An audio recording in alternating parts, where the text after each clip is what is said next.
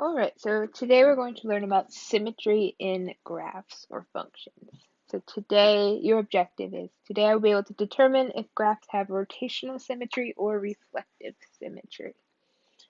Alright, before we get, so we're going to get into that. So rotational, when you rotate something, you spin it. When something is symmetric, it means it's the same after you change it. So rotational symmetry is if I can spin the graph and have the same graph, then it has rotational. So if I take this graph, so it does this curvy thing, if I spin it, I get the same graph, even though when I spin it upside down. So this has rotational symmetry because I can spin it and end up with the same thing after I spin it.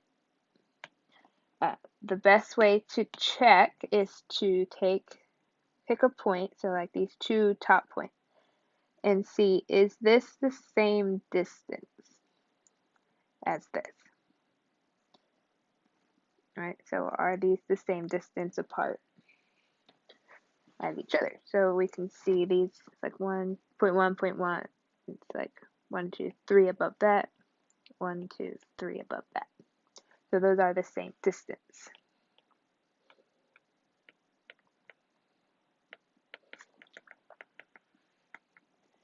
That's rotational symmetry. When it's rotational, we say that the graph is symmetric about and then if we look, the middle of the graph is the origin, so we say it's symmetric about the origin. So that is rotational. Sometimes this is also called point symmetry.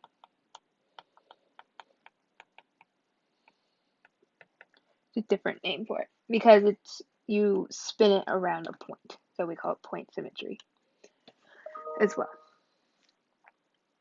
Reflective symmetry, when you reflect, kind of like when you look in a mirror, you're looking back at yourself, right?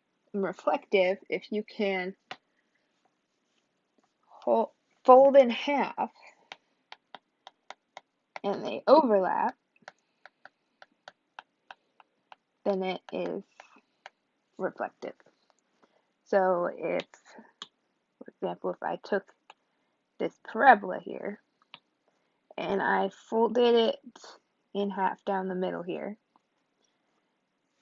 I would have, the two lines here this would overlap with this.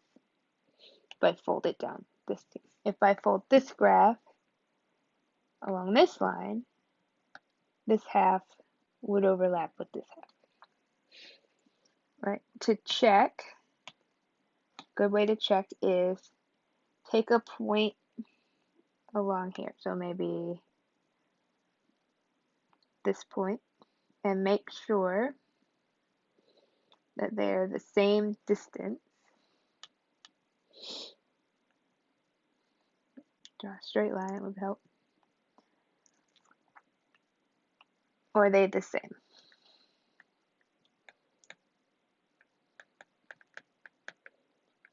Same thing with this one. If I pick a point, is this the same distance as this? Right? So, and if I put this on this 4, is this the same distance as this? When we have reflective, we say that it's symmetric about and now this one, you're going to have to choose. There's two options here. It could either be the y-axis, like in our first example here, or you could also put x-axis, like in this second example. Whatever you fold it on, that's the line that you would put there. So if you fold it on the y-axis, you would put symmetric about the y-axis. If you fold it on the x-axis, you want to say it's symmetric about the x-axis. Right. That's our two types. Now, not every graph will be one of these. You may have one that has no symmetry. for example, the square root graph, I could spin this as many times as I want, but I'm never going to end up with the same thing, right? So if I trace this, it should look like that. So if I spin it, I'm never going to get back to that green until I go to the original. The original doesn't count, right? And I could fold this a bunch of times. I could fold it along here, but that's not going to help. If I fold it here, that's not going to help either. All right, so I can't spin it and I can't fold it, so this graph would have no symmetry. All right, so not every graph gets to be one of the two symmetric types, so it could be no symmetry. All right, so let's say you're given an equation instead of a picture. So I'm going to say, let's say, is the graph y equals x to the fourth power symmetric? So what you want to do is open up Desmos graphing calculator.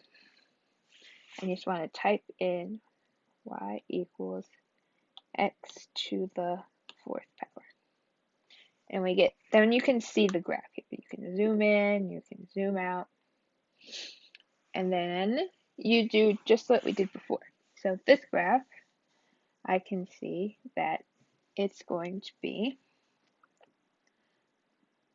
reflective, because if I fold it along the y-axis, it's going to be symmetric. So here's kind of what our graph looked like. Here's a rough rendering of it, something like that. So we can see if we fold it along the x-axis, those sides would overlap. So this would be symmetric about the y-axis. So we'll try one more. Let's try y. Let's not do that one. Let's do x cubed equals y to the fourth plus 16. Right, so we'll go to our calculator. Get rid of that one. X cubed equals y to the fourth plus 16. We get this graph here.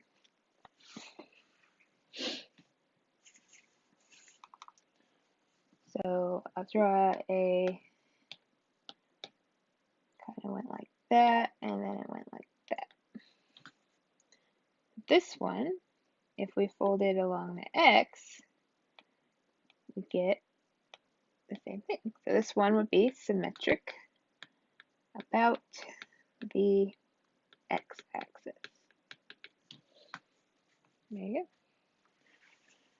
go. Alright, so last thing, I want you to try these. So I want you to pause the video and figure out which of these you have. You have three options. Or you have four options.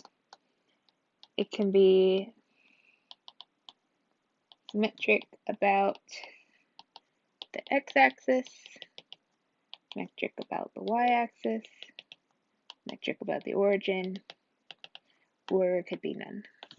Those are your four options.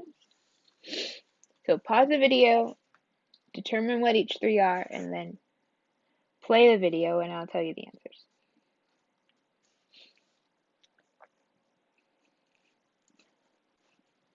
Okay, so now that you've played the video again after you've already determined your answers, the correct answers are, for the first one, you want to fold it along here, so you would say symmetric about the y-axis. The middle graph, you want to spin it, so you would say symmetric about the origin. The last one, I could spin it, but that's not going to help. I can't fold it on the y, I can't fold it on the x. So the last one was none. And that is symmetry of functions.